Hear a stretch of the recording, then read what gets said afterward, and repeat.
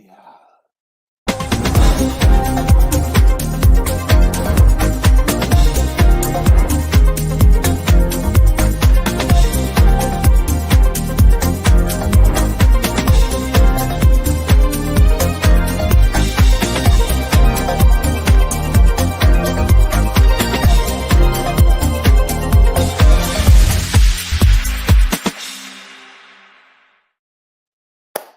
Good evening, good evening, good evening, everyone, and welcome to a new episode of He Said, He Said, He Said, a look at the world from a seasoned Black man's perspective. I'm your host, Alvin King, and again, welcome to our show tonight, everyone. Happy holidays to everyone. I hope you're doing good and you've had a great week. Our special guest tonight, ladies and gentlemen, we have a great show for you, and we have the incomparable, groundbreaking actor, musician, composer, historian, horticulturalist, Michal Conner. And you know what? I've been practicing that, you guys, because I have a heavy tongue. I know that's a bit TMI, but I just have to let you know I needed to say our special guest's name correctly. He is here with us tonight, and we are so excited about that. Also, our show tonight, we will be talking about everything from the historic Respect for Marriage Act that took place this week to new movie releases in theaters and on TV. And we will have a conversation about suicide prevention following the sudden death of Stephen Twitch Boss. We're going to talk about it all tonight, ladies and gentlemen. And whoa, it has been a heavy week. So again, thank you all for being here. I was thinking about something that I could do for all of you tonight, being that is the official week or last week for Christmas shopping. And I thought, what could I do? So I thought tonight I'm going to talk to all of you about some of the places, the 10 top stores that have the best return policy. Okay, I just want to share that with you. This is helping the people who you're buying for, and it's going to help you, because if I tell you where to go and you're shopping for somebody who you can't figure out what to buy them, at least you know that you can return it if you want to. So bear with me right here. The top 10 perfectly creme de la creme stores for returning items, ladies and gentlemen: American Eagle, Bath and Body Works. Bloomingdale's has a so accommodating return policy, but they do have a caveat. Bloomingdale's says that you can return it for a credit or anything, but it has to be salable, in salable condition. So otherwise, don't wear something to a Christmas party and think you're going to take it back to Bloomingdale's, because they're not going to take it. Costco, IKEA, Nordstrom's is like one of the best stores. Their return policy is like incredible. And Target, they are the number, that is the top 7 places that have an amazing return policy. And then you have Macy's and Walmart and Amazon. Of course, Amazon. Please call or check, before you buy something, so you can get, exactly what their return policy requires. Hey, Monica, thank you for joining the show. Thank you for the compliment on my bear sweater. Thank you for being here. And ladies and gentlemen, we again have an action-packed show, so I want to get on with it. And before we do that, I want to ask you, are you guys ready for the chat? Well, I hope so.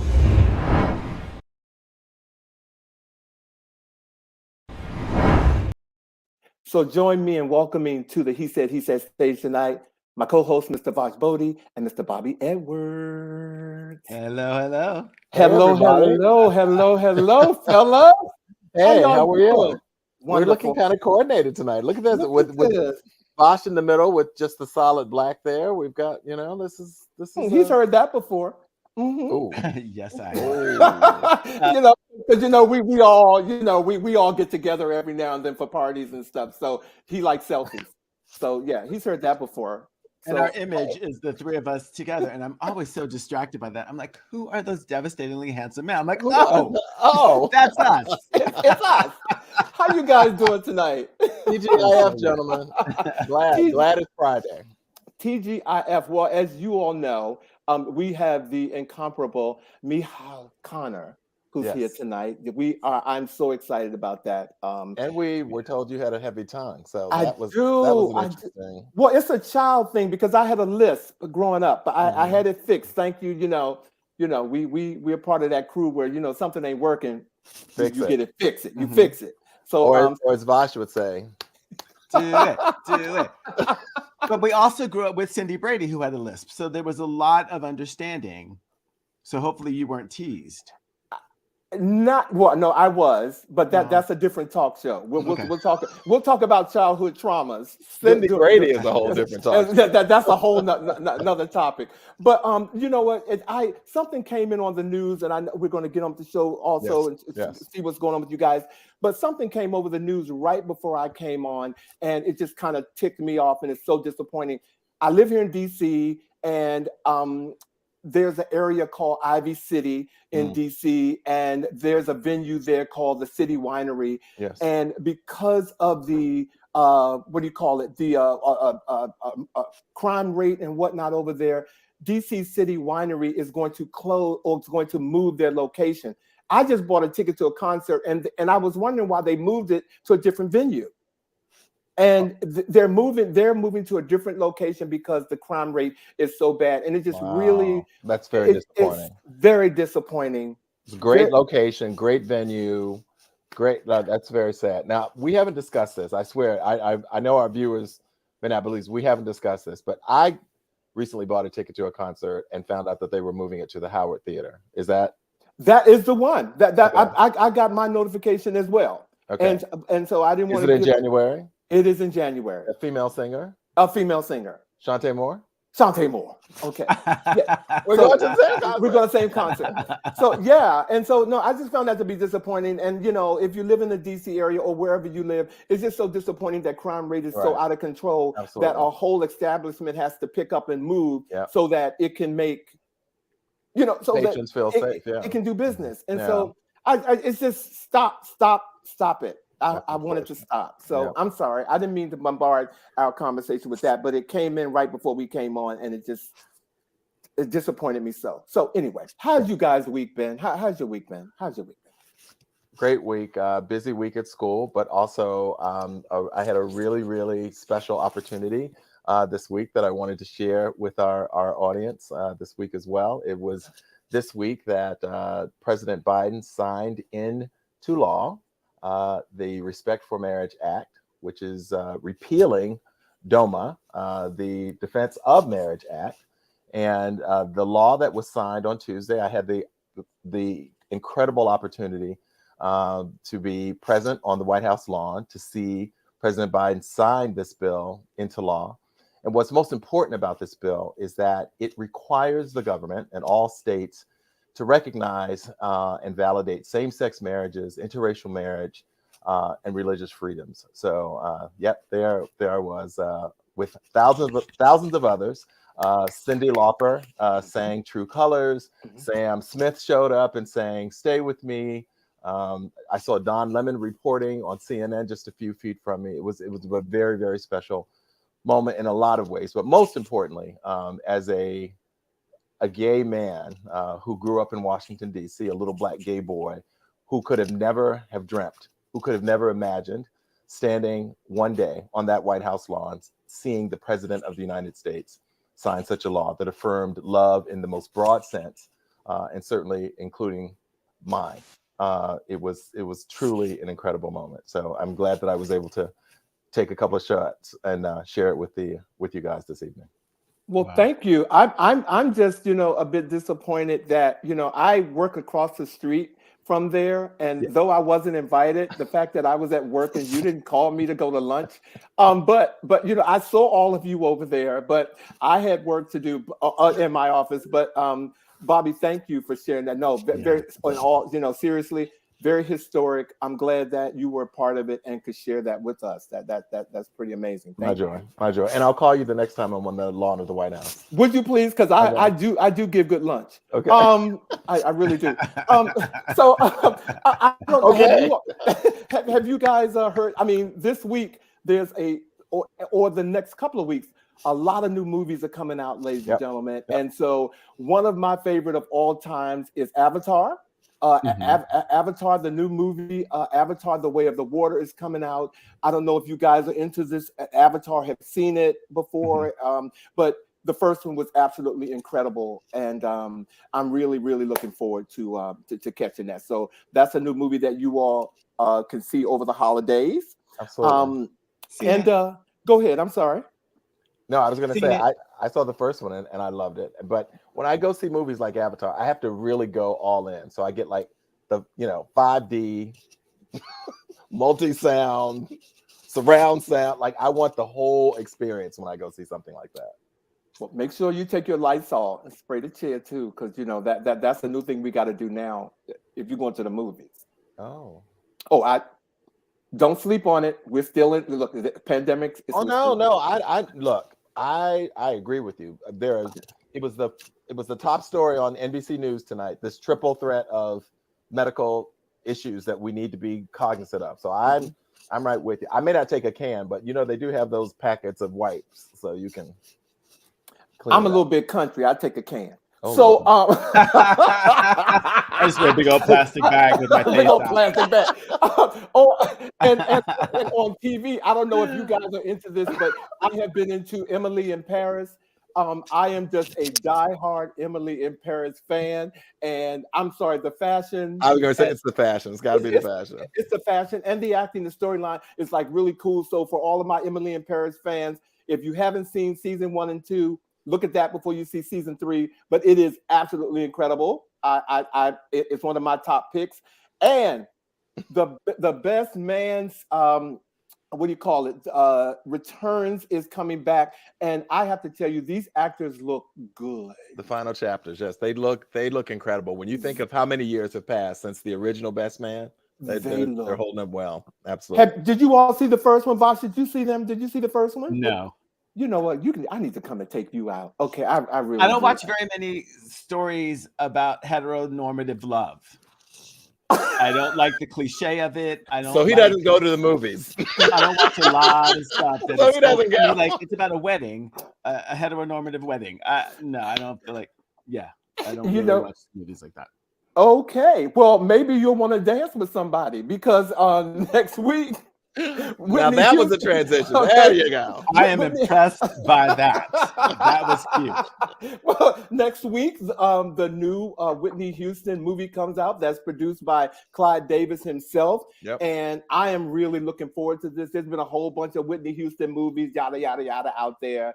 But I'm looking forward to this. How about you guys? I'm very excited on a variety of reasons. One of them being one of my classmates from Howard, Carla Bone, giving her a shout out, is the head hairstylist for this movie. Working on all the Whitney do's and all of that. So I'm very excited. Yeah, that's exciting. Come on, Carla. Well, I don't think she looks anything like Whitney. And that's distracting to me. But it's about who does? Who has played her? Who does? There have been other movies about Whitney? Yeah. You know what, ladies and gentlemen, his name is Vash. I work a lot. And when we're working creative content, sometimes it's difficult to excuse me. How you doing, Blue? Blue, thank you for joining us tonight. His name is Blue. Vash. So are you guys ready? Excuse me. To get on with the show. Vash, you choke me up sometimes. Literally. You really do. So if we're ready to get on with the show, ladies and gentlemen, I want to tell you a little bit about our special guest.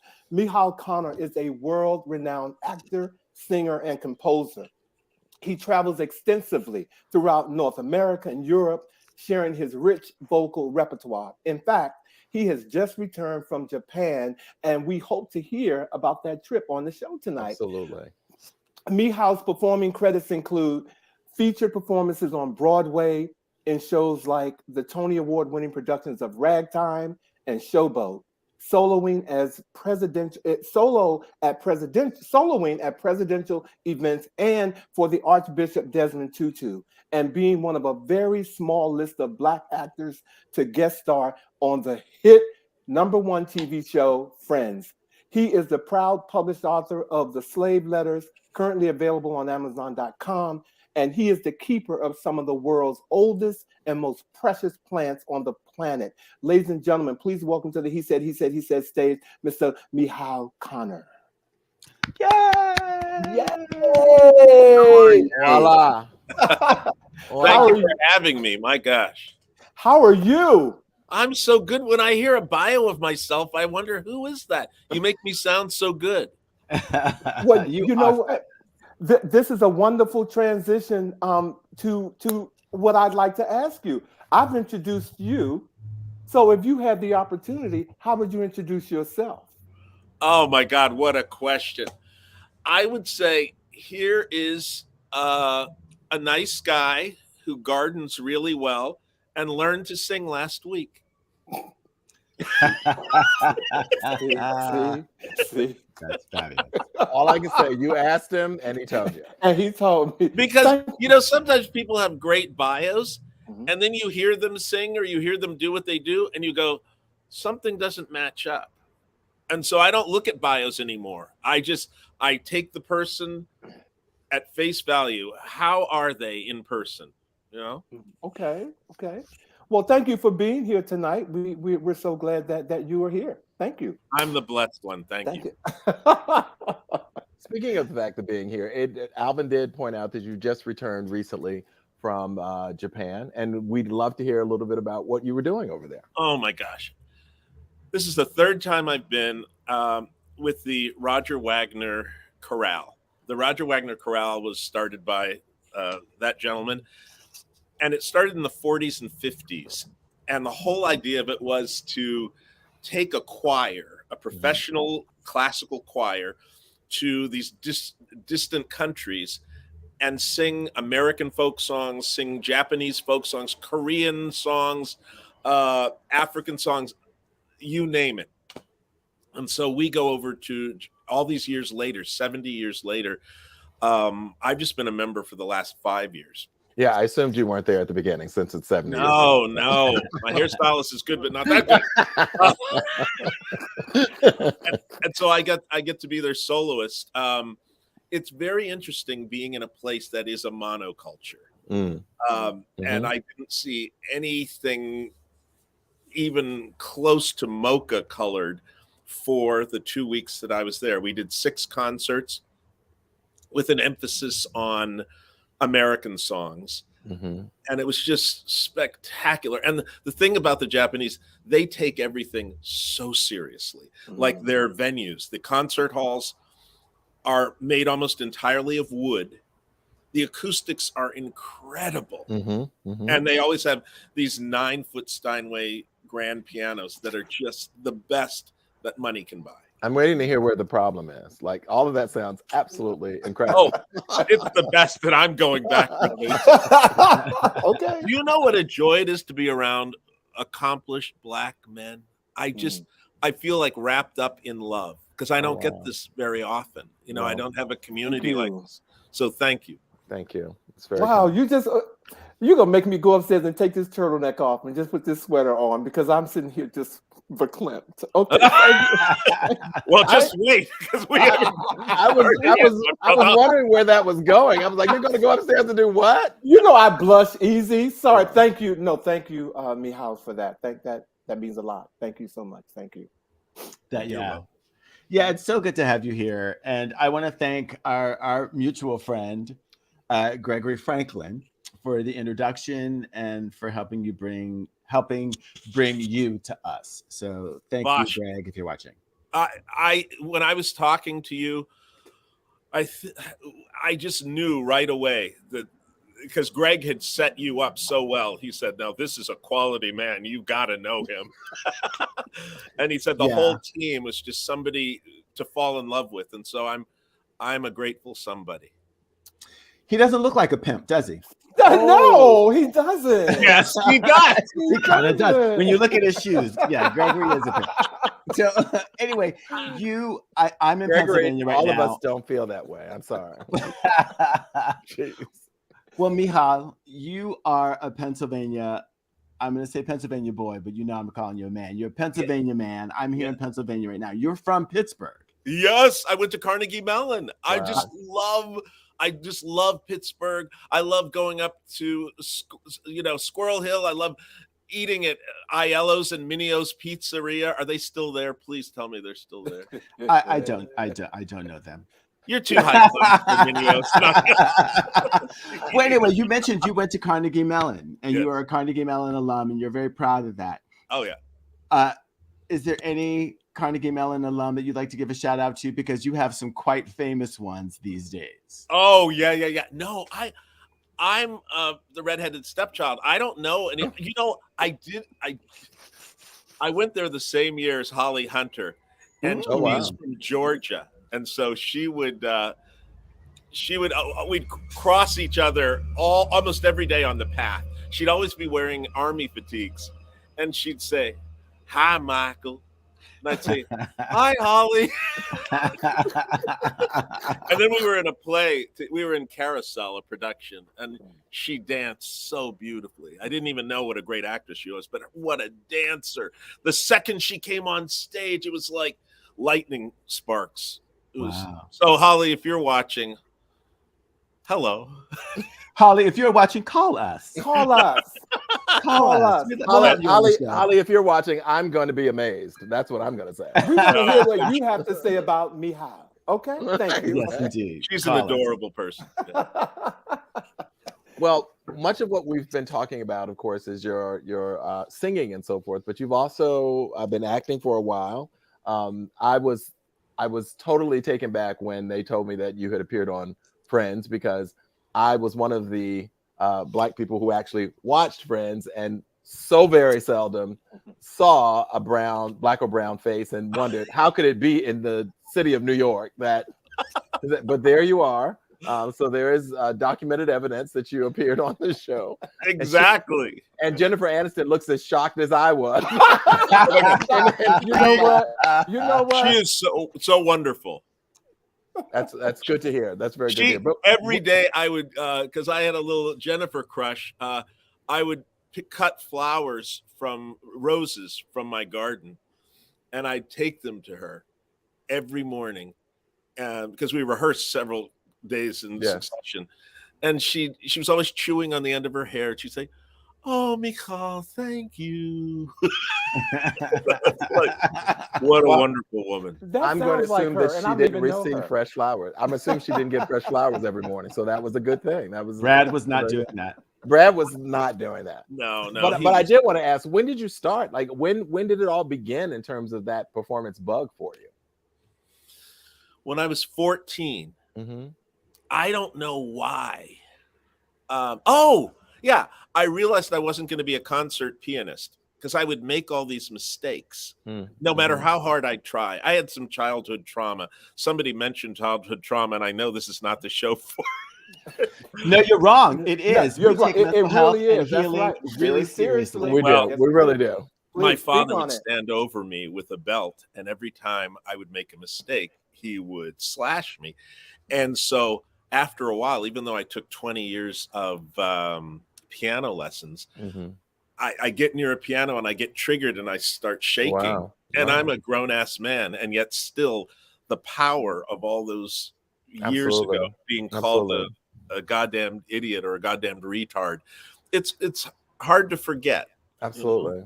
Well, we carry that with us. There's no question about that. Every person that finds themselves in this moment, you carry all of those experiences, good, bad, and indifferent with you. And so I'm sorry to hear that was your experience. But then it propelled me. I still want to do something musical. And when I sang, it just seemed, I hate to use the word organic, but it seemed so organic. It was so easy. And when I first started, my vibrato was completely out of control because it was a new car for me. I didn't know what it was. And I was like, but then I learned how to regulate a few things. And that's my story, and I'm sticking to it. Thank you. Thank you for sharing. I want to interject. Thank you for sharing that moment of I'm going to say little Michal, okay, and your experience, because it touched me. And growing up, I had a similar experience with my father, and telling me things like I wasn't good enough, and I didn't even know what the word gay meant. I was just Alvin being Alvin, and so you touched on something tonight, Michal, and I want to thank you for sharing that part of your personal story with us tonight. I appreciate that. My deepest pleasure. You know, I had told this, I think, to Vash, who I think I told you I love now. He's just such a mensch. And my grandmother, maybe I shouldn't talk. My grandmother was this wonderful Christian woman, and she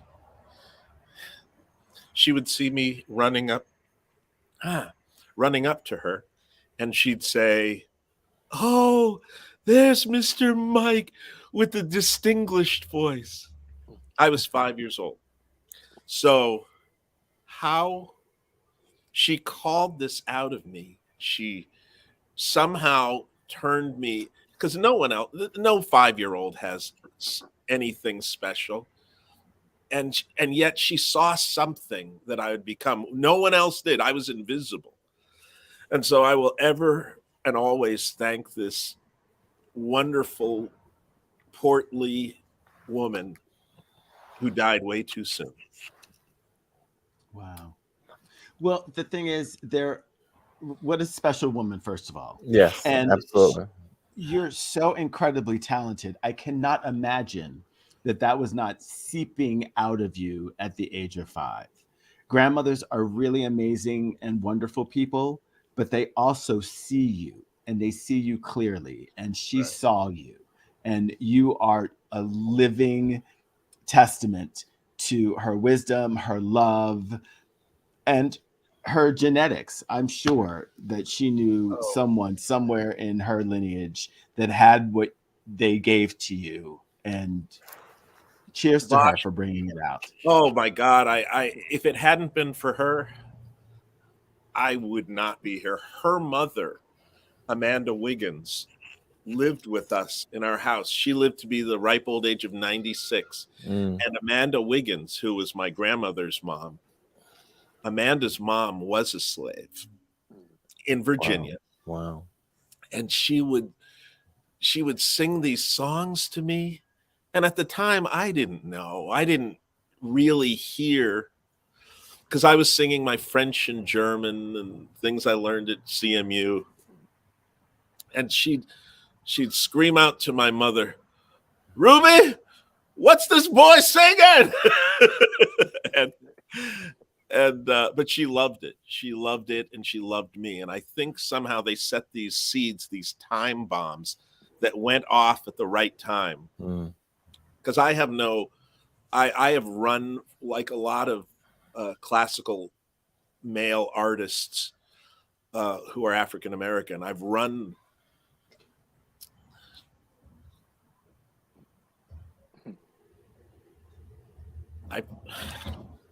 I'm sorry.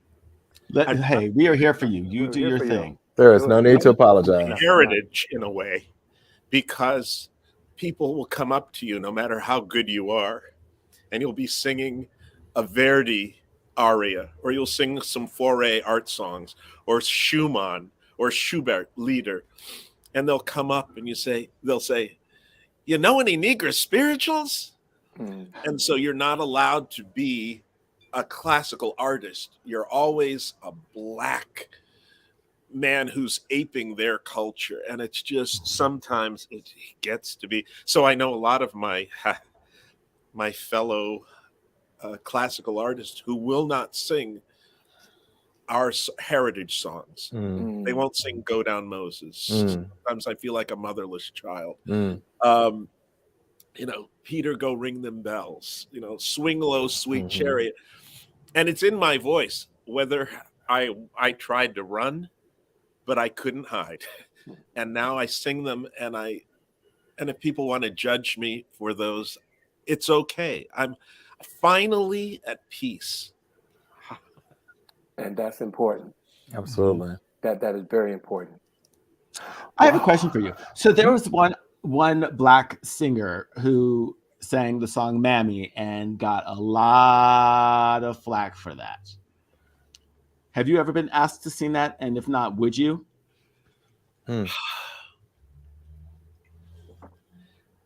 I don't know. You know, when I go to Japan, the Roger Wagner Chorale is very famous for singing Stephen Foster songs.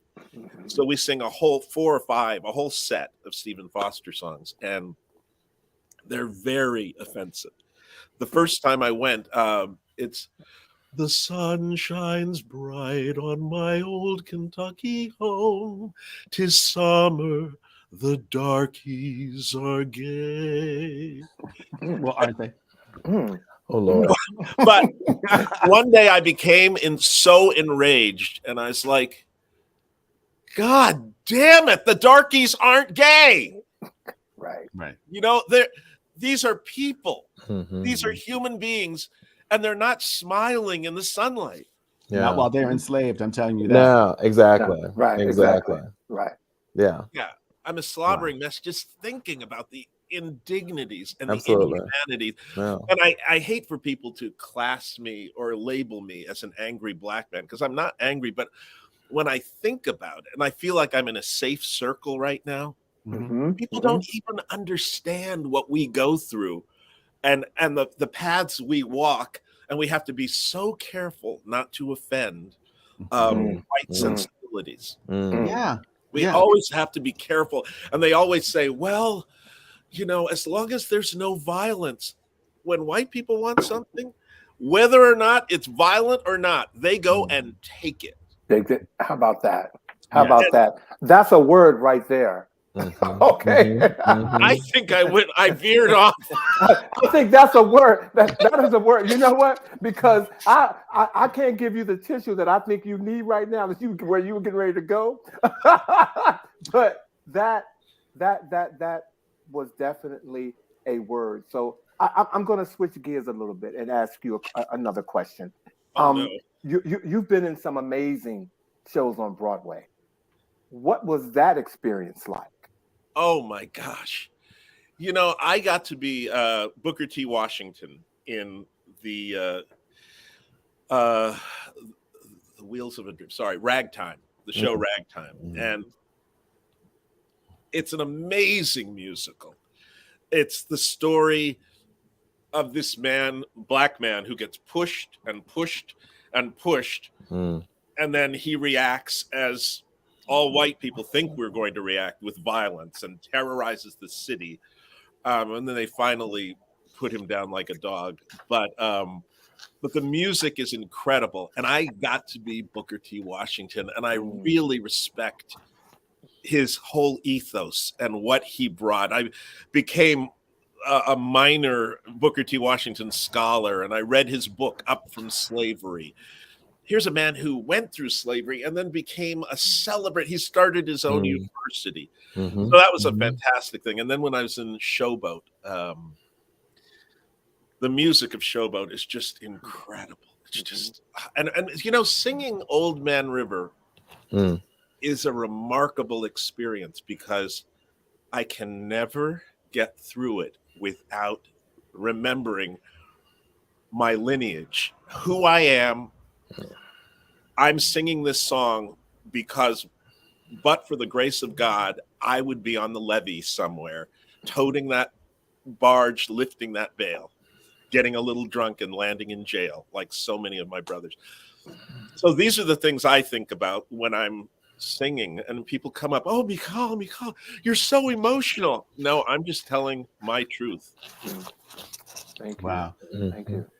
I mean, and let's talk about your music, because you're a composer. What type of music do you typically compose? Well, it's classical music. It's mostly for chamber orchestra, which is a string orchestra, and a solo instrument like a cello or clarinet. I've written many bagatelles for string orchestra and clarinet, because the clarinet is one of my favorite instruments, and it has the sound of a human. How do you say? The human voice, I believe. It throbs. It has like a stridulation, like, you know, it's very sweet sound, and so that's why I'm drawn to that. And It has also, to sound like what? Do that again. It has to What? sound like what? How does it sound?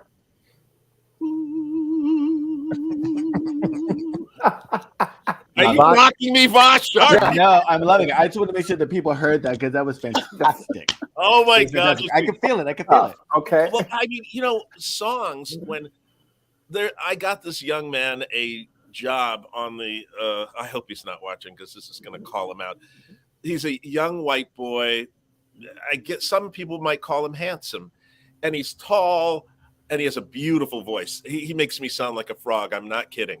Beautiful voice, but there is no expression at all. So he did his job one day in rehearsal, and he sat down, and I just turned to him, and as gently as I could say, I was like, when are you going to open your heart and let these emotions course through you? Because otherwise you're cheating the audience.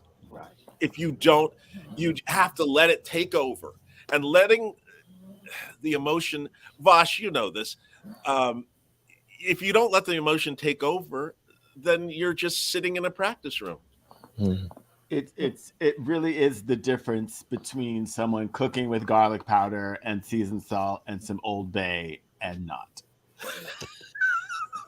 Okay. You better go ahead. Okay. That So is that- some good, Thank yeah. you. Thank That you, is Bob. Right? I I mean, it really received comes down that. to that. That is. Oh, I just wanted to slap him. And you're right. You're right. Well, maybe if you get a couple of tomatoes thrown at him, he'll snap out of it. No, but Okay. he's a pretty white boy with a gorgeous voice, and he hasn't had any problems in life. Like you, all four of us have deep roots Mhm. because of the path we've had to go through. Mhm, We're mhm. if the wind blows, we're not going to blow over. This guy will blow over. Oh, right. So Right. I wish him many heartbreaks so that he can get some roots. Do you think that art and creation benefits from struggle? Good question. Very good question. Well, I know they do. I know Yeah. they do. And I used to think when I was younger, oh God, why does one have to suffer? Because you transmute suffering into beauty. It's like straw into gold. It's like the way of suffering is the path, Buddhists say, I think. And anyway, maybe that's why I became a Buddhist. Well, I want to acknowledge a gentleman by the name of Sam Amer. I've never seen Sam before, so welcome to our show, Sam. Welcome, Sam. So welcome. He said the classical is problematic as it is located in a white ethos. Jazz is classical music too! Exclamation point. Yes, it is. Is that something you could speak to? Okay. I try not to judge other people's paths. I try to do what I'm doing and keep my blinders on and just one step in front of the other. And the music I write, I consider classical. I don't think it's jazz. I don't think it comes from that white ethos that she spoke about. I totally understand what our sister's saying, because sometimes people force things on us and make us think that we're less than if we don't reach the heights of white European classicism. But blessings to the people who care about this show and who tune in and engage their hearts and minds, because that's what we need more of. Thank you. Thank you. Okay, so I would like to ask a question about something that Alvin mentioned in your introduction, the slave letters. I'd like to find out about what they are, and how did you get to know about these slave letters? I published this little book. Did I do it right? Yeah. Yes, we can see. perfect. And it's actually a South African publisher who I met in Germany. I was doing a production of Porgy and Bess. A fantastic work. It's an all black cast except for one non-singing role, which is white. And somehow I found these letters in the Smithsonian archive. They have thousands of pages of these letters that actual slaves wrote once they escaped from bondage. Mm-hmm. And so I did the Germans love the story of the enslaved black man. I don't know why, because they're tone deaf when it comes to the story of what they did to the Jews. But you know, who knows why they also love the story of the noble savage, the Native Americans, but they ignore what's right in front of them. Anyway, as is common with some societies, to not own what is happening within their own purview and have judgment of others. So, I know when the Black Lives Matter happened, a lot of very rich white friends of mine called me up and said, "Is this a thing? How can I help you?" They had no compassion. They just saw me as successful, so this didn't really appeal. Didn't touch me in any way, and I was like, "No, it does touch me." And I said, "How can you be compassionate about Native Americans, about the Japanese internment, about Armenian genocide?" The Jewish Holocaust, and yet there's this one little mote in your eye. You can't be compassionate towards Black people. So I have always tried to give voice to the voiceless. And when I found these letters, I did a concert of them on a German radio station. It was so long ago, I don't even. But it was wildly popular. And there was a famous novelist, and he would read the letters of the slaves that I transcribed, and then a friend translated them into German, and then when we published the book, translated it back into English. So there are a few errors, but and then I would sing one of the slave songs in between the letters, and I called this production the Slave Letters. And so now I do it when because I'm only allowed to do it in February. But, I wonder why. We get 1 month. We get 1 month, right? Exactly. Shouldn't we be happy about that? Please don't get me started. Oh my God! So anyway, I got this book, and is it okay if I read one of these letters? Yes, by all means. The stage is yours. Thank you. This is a letter from a slave named Thomas Wrightso, and it's listed Canada, December 5th, 1850.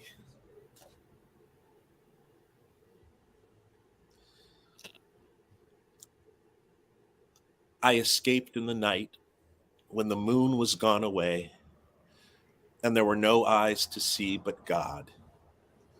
And it was through him that I made my escape. And it is through God that I am now getting along. I feel happy in my escape until I think about my wife. And I hope that you will talk to her and tell her not to be broken-spirited, for I think that I shall see you again. Tell my wife that if she is not sold at Christmas, she must let me know how she and the children are doing. And dear Father, please talk with her and see if there's any way for me to send a man to buy her. All I want is an opportunity to send a man to buy her. For there are men who would help me and buy her at a word. People are sending up their cries for all those now in bondage. And so I will close my letter by asking you to pray. And if there are any that want to come, tell them to come on, for there is room enough for us all. Thank you. Thank you. Thank you. Ladies and gentlemen, we're going to take a brief break, and we'll be right back with more Michal Conner. Thank you.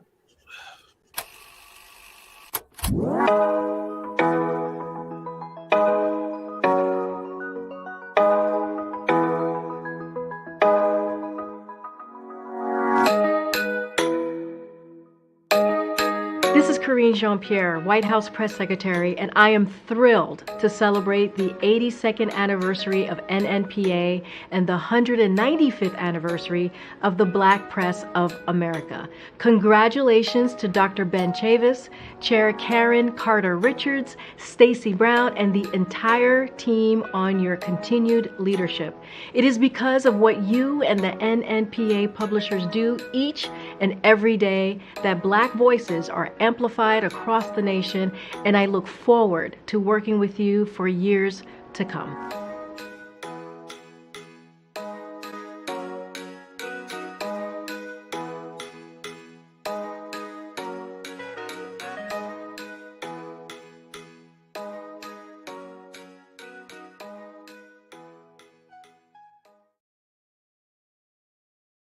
Welcome back, everyone. Thank you, Michal, for that. Thank you. Wow. Oh, okay. I'm a little speechless, so I'm gonna sit back and be quiet and let my co-host take the show. Well, Michal, yeah, that was a really fantastic reading. Thank you so very much for sharing. Thank you so all very that. much. Beautiful. Oh, my pleasure. Another aspect of your personality that we would like to explore is the fact that you have a love of plants. How did this come about? Well, my father, my granny would say to me, the taint's in the blood. She'd have this very intense look on her face. And he was a brilliant gardener. Mm. And so I got the same gift. I swore to myself that I would not beat people who walked on my grass or who plucked a flower like he did. And he was in jail a couple times and he's a university professor, but he was in jail for beating the paper boy multiple times because they dared. Oh my gosh, that's Hymanthus deformis. This is one of the we've jumped into the plants. So let's talk about, because these are some of the plants that you care for. So let's these are my babies. This is a rare plant called Hymanthus deformis, and it's called deformis because it looks like a vagina when it's just the flower is just emerging. Mm-hmm. And you see the flower down there? Doesn't it look familiar? Yeah. When I saw that, I'm glad you just described it that way, because when I looked at it before the show, I just kept moving and said, this is a beautiful plant. I want to see it in person one day. So thank you. Wow. I'm glad you just described it. Carry on. And this is from the Western Cape of Africa. This is where all the rarest bulbs happen in the wild. And this one, I had to pay $300 for this little bulb. Wow. But it's worth it because look at it. It's definitely a conversation piece, no doubt. Yeah. It's like no doubt. That movie Crazy Rich Asians. I should have a party whenever Miss Vagina blooms every year. You know? Yeah, you should. Hallelujah. Yes, you did. Yes. Okay. So we see the next one. Oh, yeah. And this is the bigger sister of it. And that flower, I got to pollinate that when I get home. Get the paintbrush in there and just, you just do the work that the bees do. And soon I'll get seeds. Mm-hmm. I mean, just a small one, they cost $75 just for a small, ugly one. So are you saying that this image that we are seeing now is just the blossomed version of what we just saw? Are they? Yes. This is an older, this is when the flower has come out more. Yes. Hallelujah. Wow. Let's keep moving on because we have another. Oh, yeah. Yeah. Now, this is one that's on, I guess you got this from the internet. This is a beautiful one, too. Again, Hymanthus deformis. The same plant. Yeah. And now this is an aloe, a rare aloe. It's called Aloe Palanzii. And this is from deepest, darkest South Africa. And you see the dinosaur. I was going to say, is that a dinosaur at the base of it? That's a dinosaur because a lot of the other plants are from the Jurassic and Triassic periods, the cycads. Hopefully we'll get to those, and I'll show you one of those cycads. Oh, yeah, that's an Aloe Palanzii, too. Isn't that sexy? Yeah, it is. Can you use that for your skin or, put it on your skin? Or No. Aloe vera can be for your skin. You've already got good skin. Okay. but you see, now this is great. Okay, That's he is still stuck on the good skin comment. He's taking the glasses off. He was like, I'm like, keep going, keep going. I was like looking at the plant. He was try it, right, Bobby. whatever. So, Vash, why didn't you tell me they were like this? Why, Vash? Why didn't You you got to tell me? experience them for yourself. Oh, Lord. So this plant is called boophany. Rednecks or hillbillies call it bouphane because it's spelled Boophane. But the rest of us can call it boophany. It's beautiful. And it's like a fan. It's a bulb. And what our people do is they stick their spear points in it since time immemorial, like thousands of years. And it's so poisonous that whatever you hit with it, when you put the bow and arrow, it kills them instantly. It's amazing. Wow. Let's see the next one. Oh, yeah. See, there's one in situ. Yeah. And they're about the size of a basketball. See that? Wow. This is Boophany distica. There's also Boophany hymanthoides. There are only 2 in the genus. I was going to say, my neighborhood would be so mad with me. This is Narayani. Beautiful. Oh, isn't that amazing? I wait every year for her to bloom. Yeah, she's spectacular. Gorgeous. Stunning. Yeah. What's Yeah, next? this is kind of how a different variety looks when it's growing. Yeah. This is more common, but that's okay, you know? Yeah. Let's see what's another one. Oh, okay. This smells like rotten meat, and that's how it gets the flies to come and pollinate it. It's in the Stapeliid or the Asclepidaceae complex. And you see how the leaves are there, it's a succulent, so they're very thick and juicy succulent. And so the flies come and they lay their eggs in the corona, and then they hatch and the maggots start circling around like a hamster wheel. And then they hatch and from maggotry out, and then they fly off. Wow. Isn't that amazing? And the stench is so incredible. So yay, we all need one. Yeah, okay. See, there's another one. That's a good stench. Mm-hmm. No, it's a really bad stench. When he was like, it's so incredible, I was like, okay, am I confusing in my head stench? No. It'll make you hurl a little, like. Okay. There you go. So Michal, we're getting close to ending the interview, and we need to wrap up with you. And we have a few more questions that we want to ask you because I'm in this wonderful place. But can you tell us real quick, how can people get the plants? Is there a way?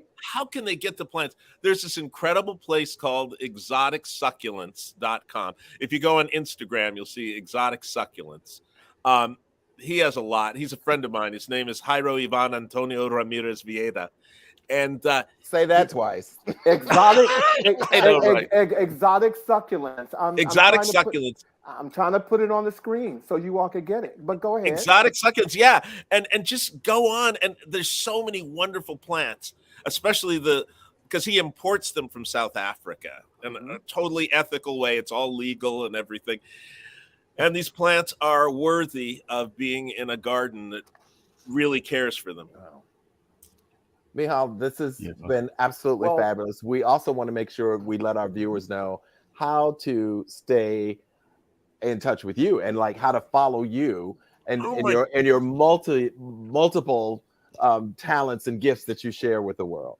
Aren't you nice? Jeez. I'm just a simple man. You know, I'm a gardener. I did learn to sing last week. Why are they laughing? Why?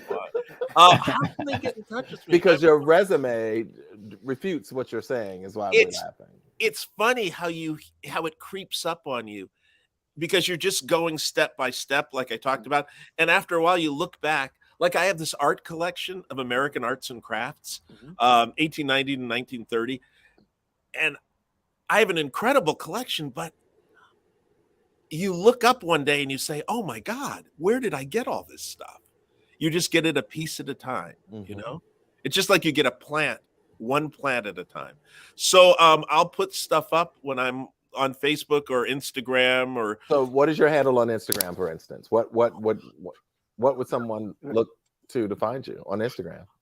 It's Michal Conner. Michal D. Conner. And I'll make sure that we put it in our Michal D. Conner. My middle name is Dawson. I will make sure that we do it. Excellent. And, thank you. So everybody can find you. But I'm going to take this moment to say thank you so much for joining us tonight, Michal. It has been a pleasure talking to you. And please don't go away because we're going to bring you back for the end of the show.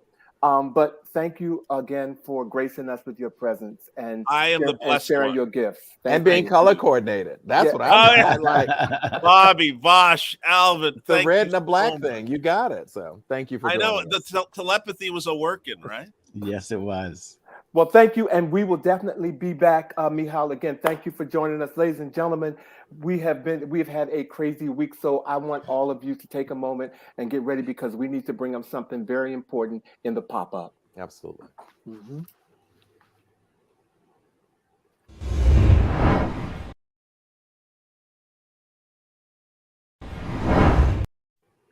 Well, if you're like many of everyone in the world, on Wednesday, we found out that Stephen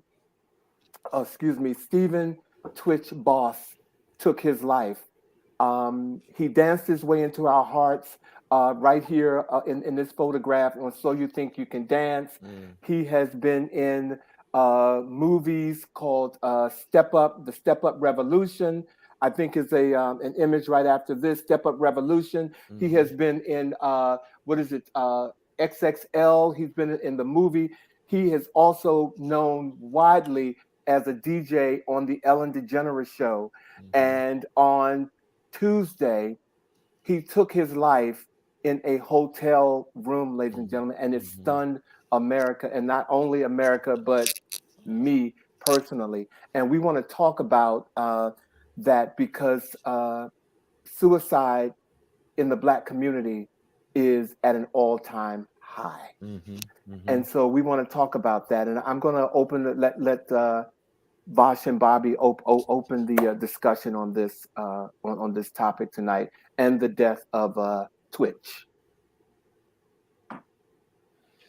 Well, I can say to you that, I join you and just was being totally shocked at this news. I mean, by all appearance, he was someone who was certainly riding high in his career, had a lovely family. I happen to follow Twitch on Instagram. I don't follow a whole lot of people, but I'd love seeing he and his wife, Allison, whom he met on So You Think You Can Dance, and their family. They're a dancing family, and they just always present it as a very positive and upbeat family. And we are just reminded that we never know those things that people carry under the surface. And as you said, particularly among people of color right now, depression, anxiety, suicide, all of this is at an all-time high. Now, I know that I should say I saw recently that there was a suicide note. Right. Does anyone know what was in that note?